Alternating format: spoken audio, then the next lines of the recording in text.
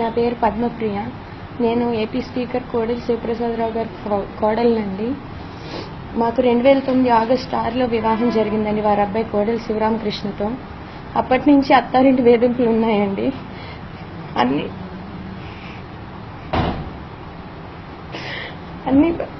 అన్ని భరించి ఓర్చుకున్న. 2010 October 18 Babu పుట్టాడండి.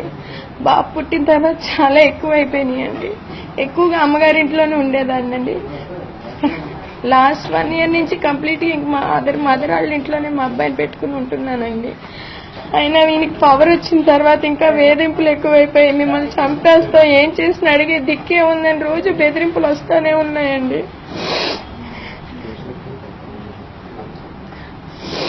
On 17th night, my husband Kodel Sivaramkrishna, along with Surapneni Koteshwarrao, Vikas Global Concept School Chairman, Jayalakshmi Seafoods Ramesh Garandi, Koner Suresh Garandi, Gutta Nagaprasad అని ఒక అతనితో 10 మంది రౌడీలతో కలిసి వచ్చి, జితేంద్ర, సుమతి వీళ్ళందరూ మొత్తం అందరూ కలిసి వచ్చండి 10 మంది రౌడీలతో రాత్రి 10ంటికి నేను మా అమ్మగారు నా బిడ్డ మాత్రమే ఉన్న టైంలో నా ఇంటి మీద దాడి చేసి, అదేనండి 2 town circle inspector Maharanipeta zone Mallikarjunarao గారితో సహాయంతో అండి. ఆయనది నర్సారావుపేట అంటండి.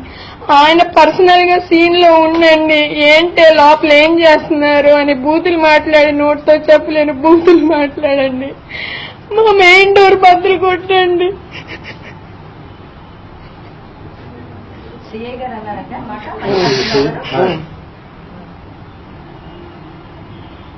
తలుపుతారా బద్దలు కొట్టేమంటారా? నాన్న బద్దలు కొట్టేశారు. నేను చెప్పాను మొన్నండి. మా ఫాదర్ వచ్చేదాకా వెయిట్ చేయండి, 2 లేడీస్ ఉన్నామని చెప్పిన ఇష్టం వచ్చినట్టు మాట్లాడి తలుపులు బద్దలు కొట్టి మా మదర్ని పీక పట్టుకుని కిచెన్ లోకి తోసేసండి. నేను బెడ్రూమ్ లో లాక్ చేసుకుంటే బెడ్రూమ్ తలుపు దెబ్బలు బద్దలు కొట్టండి. బాబుని తీసుకెళ్లిపోయారండి. ఇదంతా సీన్ లో సీఏ మల్లికార్జునరావు గారు పిన్ పర్సన్ ఉండి చేయించారండి. బాబుని తీసుకెళ్లేదాకా ఉండి అదే రోజు ముందు 9 గంటలకి వాళ్ళ సత్య సాడ్ లైఫ్ లో పనిచేసే మేనేజర్ ప్రకాష్ తో మా ఫాదర్ మదర్ మీద SC ST అట్రాసిటీ కేసు పెట్టించారండి. ఇలా దొంగ కేసులు పెట్టించి మమ్మల్ని బెదిరిస్తున్నారండి. స్పీకర్ లాంటి పొజిషన్ లో ఉన్న అతను మామూలు అమ్మాయి మీద ఇలా చూపించడం కరెక్ట్ కాదు కదండి.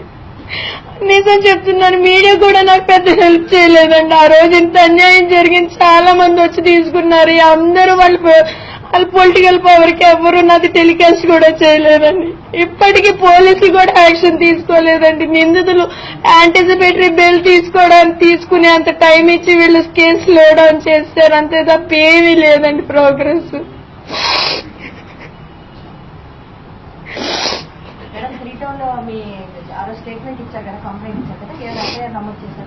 నమోదు చేశారు కానీ ఏ యాక్షన్ తీసుకోలేదండి. వాళ్ళు యాంటిసిపేటరీ బెయిల్ కూడా వెళ్తున్నారండి నిందితులందరూ.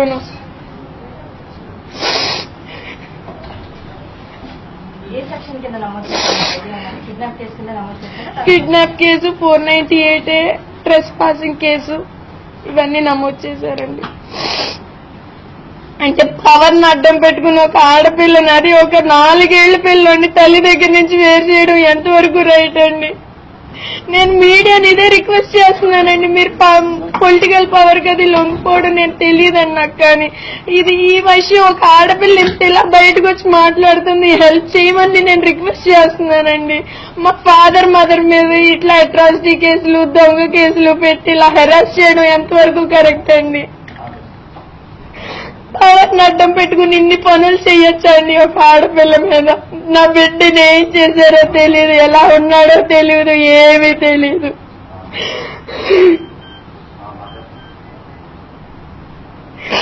అంటే ఒక CI 2 టౌన్ CI మల్లికార్జునరావు గారు నేను 3 టౌన్ CI అని చెప్తూ ఇన్ పర్సన్ ఉండి చేయించడం ఎంతవరకు న్యాయం అండి? రక్షణ కల్పించవలసిన పోలీసులు ఇలా చేస్తే ఇంకేముందండి న్యాయం ఈ ప్రభుత్వంలో?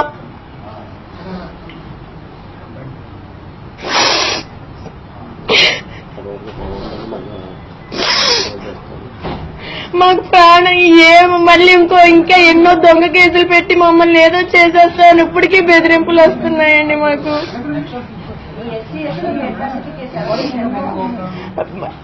వాళ్ళ కోడెల శివప్రసాదరావు గారికి సంబంధించిన సత్య సాడ్ లైఫ్ మేనేజర్ ప్రకాష్ పెట్టాడండి.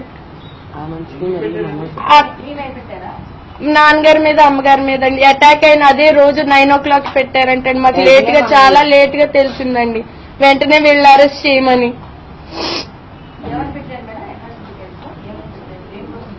FIR ఇవ్వలేదండి.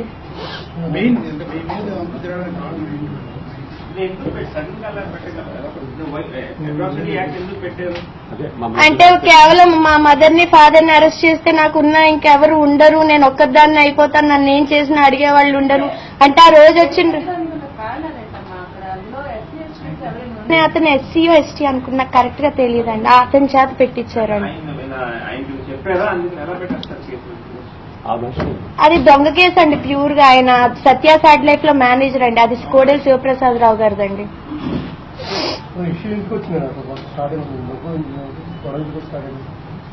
అంటే నాకు మా అత్తగారి వైపు నుంచి మా ఆడబోడ్స్ వైపు నుంచి ఆస్పెక్ట్స్ అండి, మెంటల్ హెరాస్మెంట్, క్యారెక్టర్ అసాసినేట్ చేయటం అన్ని విధాలు ఉండేదండి. ఇంకా పవర్ వచ్చాక ఏంటంటే మొన్న వచ్చిన మనుషులు కూడా అన్నారండి, కోడెల గారు మా దేవుడు, కోడెల గారు పవర్ ఏంటో ఇప్పుడు చూపిస్తాము, మీరేం చేస్తారే, మిమ్మల్ని చంపినా అడిగే దిక్కేదే మీకు, ఇది మా గవర్నమెంట్ అంటే చంద్రబాబు నాయుడు గారు లేడీస్ కి రక్షణ కల్పిస్తానన్నారండి. ఇదేనా అండి రక్షణ? నాకు అపాయింట్మెంట్ దొరకలేదండి. అసలు అన్ని వైపులా మూసేశారండి. అంటే మీకే తెలుసండి, మీడియానే కంట్రోల్ చేయగలిగారండి. అందరూ వచ్చి నా దగ్గర స్టేట్మెంట్ తీసుకున్నారండి. ఎక్కడ రిలే కానీ ఎక్కడ అవ్వలేదండి.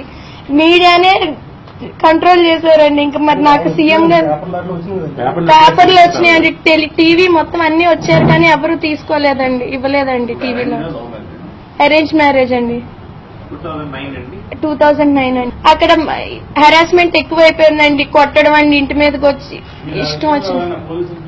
నేనేమి ఫిర్యాదు చేయలేదండి. నాకు బాబు ఉన్నాడు, మళ్ళీ ఆ బాబు ఏమన్నా ఇబ్బంది పడతాడేమో ఫ్యూచర్ లో కేసులు అది అయినా అని చెప్పి నేనేం బయటికి రాలేదండి. ఎప్పుడు నేను బయటకు వచ్చిన పరువుగా బతికిన కుటుంబం అండి. ఇప్పుడు ఇట్లా బాబు వెళ్ళిపోయాడని ఇంత బయటకు వచ్చి మాట్లాడాల్సి వస్తుందని చెప్పండి, ఇంత అన్యాయం జరిగిందని తప్ప అంతకు మించి ఎప్పుడు బయటకు వచ్చి జరగనండి.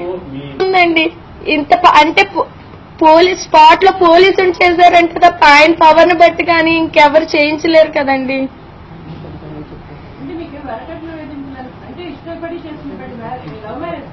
లవ్ మ్యారేజ్ అంటే మా అత్తగారికి మా ఆడబొడికి ఎవరికి పెళ్లి అంటే ఇష్టం, అంటే కొడుకు పెళ్లి అవడం ఇష్టం లేదండి. వాళ్ళకి కొడుకు పెళ్లి అయితే ఆస్తి వాళ్ళకి ఆస్తులు అంటే మోజండి, మనుషుల మీద ప్రేమ ఉండదండి.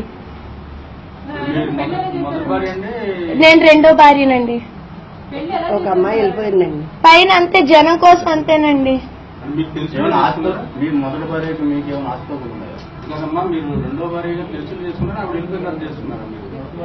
అంటే ఆవిడ డైవర్స్ అయిపోయాకనే నా పెళ్లి అయిందండి. చెప్పారండి. మా హస్బెండ్ మెంటల్ హెరాస్మెంట్ అంటే నా క్యారెక్టర్ అసాసినేట్ చేస్తూ ఉంటారండి.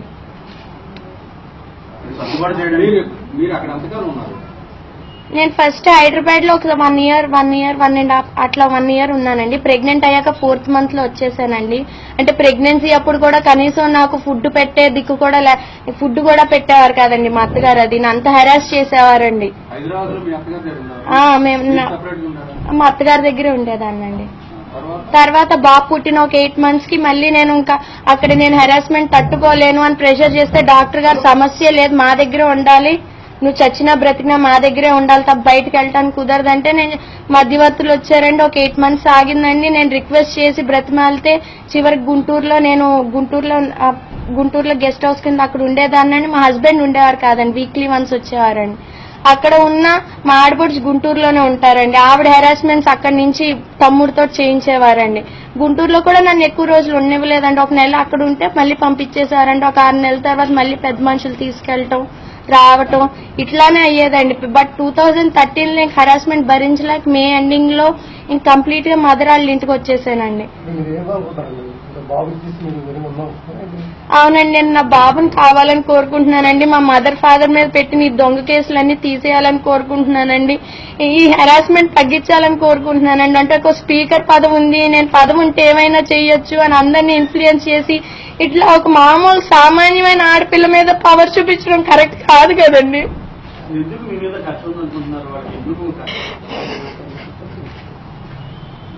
ఇంటి కోడలే కదా, నీకు పవర్ ఉంది కదా. ఎప్పుడు తనేమి కోడలి కింద చూడలేదండి. ఆ ఇంటి పని మనిషికి ఇచ్చిన వాల్యూ కూడా నాకు ఎప్పుడు లేదండి.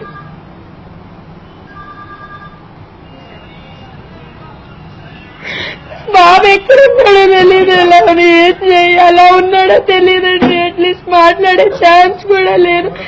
4 ఏళ్ళు బాబు అండి. అదే అంతేకాకుండా ఈ నిందితులందరినీ నేను అరెస్ట్ చేయాలని కోరుకుంటున్నానండి. పోలీసులు ఏ విధమైన యాక్షన్ తీసుకోవట్లేదండి ప్రెషర్స్ వల్ల.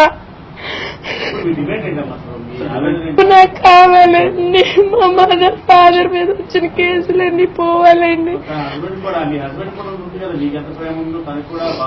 అవునండి, అది న్యాయపరంగా తీసుకోవాలి కానీ ఇలా దౌర్జన్యంగా ఇంటి మీదకి వచ్చి ఆడవాళ్ళు కొట్టి తీసుకోకూడదు కదండి. న్యాయస్థానాలు ఉన్నాయి కదండి న్యాయం చేయడానికి. ఈ నిందితులందరినీ కూడా నేను అరెస్ట్ చేయాలని కోరుకుంటున్నానండి. రాత్రి పూట 2 ఆడవాళ్ళు ఉన్నప్పుడు వాళ్ళంతా దౌర్జన్యంగా వచ్చి చేశారండి. అది in the presence of CI అండి, మల్లికార్జునరావు గారు. ఆయన్ని నేను డిమాండ్ చేస్తున్నానండి గవర్నమెంట్ ని, ఆయన్ని అరెస్ట్ చేయాలని. ఇంత చేయించకూడదు కదా. నేను ఇంకా చేయలేదండి. పోలీసులు ఎఫ్ఐఆర్ కాపీ మీకు ఇచ్చారా, రిజిస్టర్ చేశారా, మీ ఫిర్యాదు లేదా? చేశారండి. ఎన్నిమంది వచ్చారండి? 10 నాకు పేర్లు తెలిసిన వాళ్ళు నియర్లీ ఒక 7 మెంబర్స్ అండి. ఇంకో 10 మంది డ్రంక్ చేసి రౌడీస్ వచ్చారండి. Surapaneni Koteswararao Vikas global concept school అండి. Jayalakshmi sea foods MD Ramesh గారండి. కోనేరు సురేష్ అని వైజాగ్ లో రియల్ ఎస్టేట్ చేస్తారు, అతను ఒకరండి. డాక్టర్ సుమతి అని చెప్పి హైదరాబాద్ యాడ్ లైఫ్ లో న్యాచురోపతి డాక్టర్ అండి. ఇంకొకరు డాక్టర్ జితేంద్ర అని చెప్పి AP super speciality dental hospital Hyderabad అండి, డాక్టర్ గారు మేనల్లుడు అండి. గుత్తా నాగప్రసాద్ అని చెప్పి అందరూ వచ్చారండి. గన్మెన్ రాలేదండి, పోలీసులు వచ్చారండి. మల్లికార్జున్ గారు ఇంకొక కానిస్టేబుల్ అండి. వాళ్ళిద్దరే దగ్గరుండి తలుపులు బద్దలు కొట్టించారండి. రాయలేదండి, డోర్ బ్రేక్ చేశారండి. ప్రూఫ్ ఉందండి. వాళ్ళు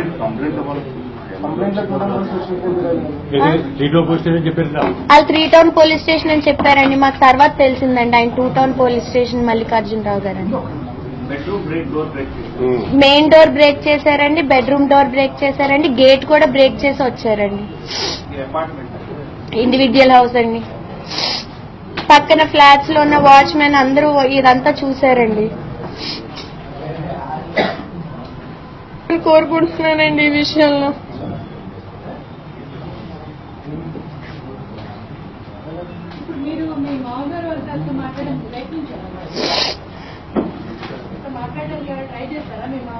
వాళ్ళు అసలు ఆప్షన్ ఇవ్వలేదండి.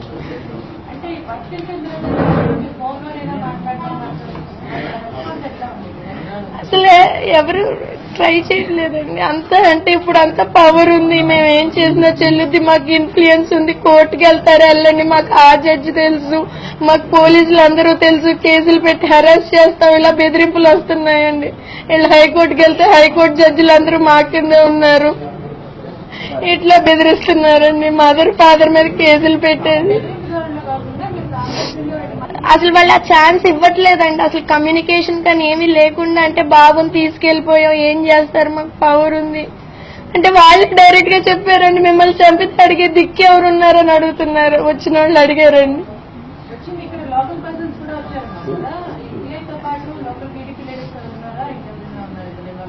టీడీపీ లీడర్స్ ఎవరు లేరు.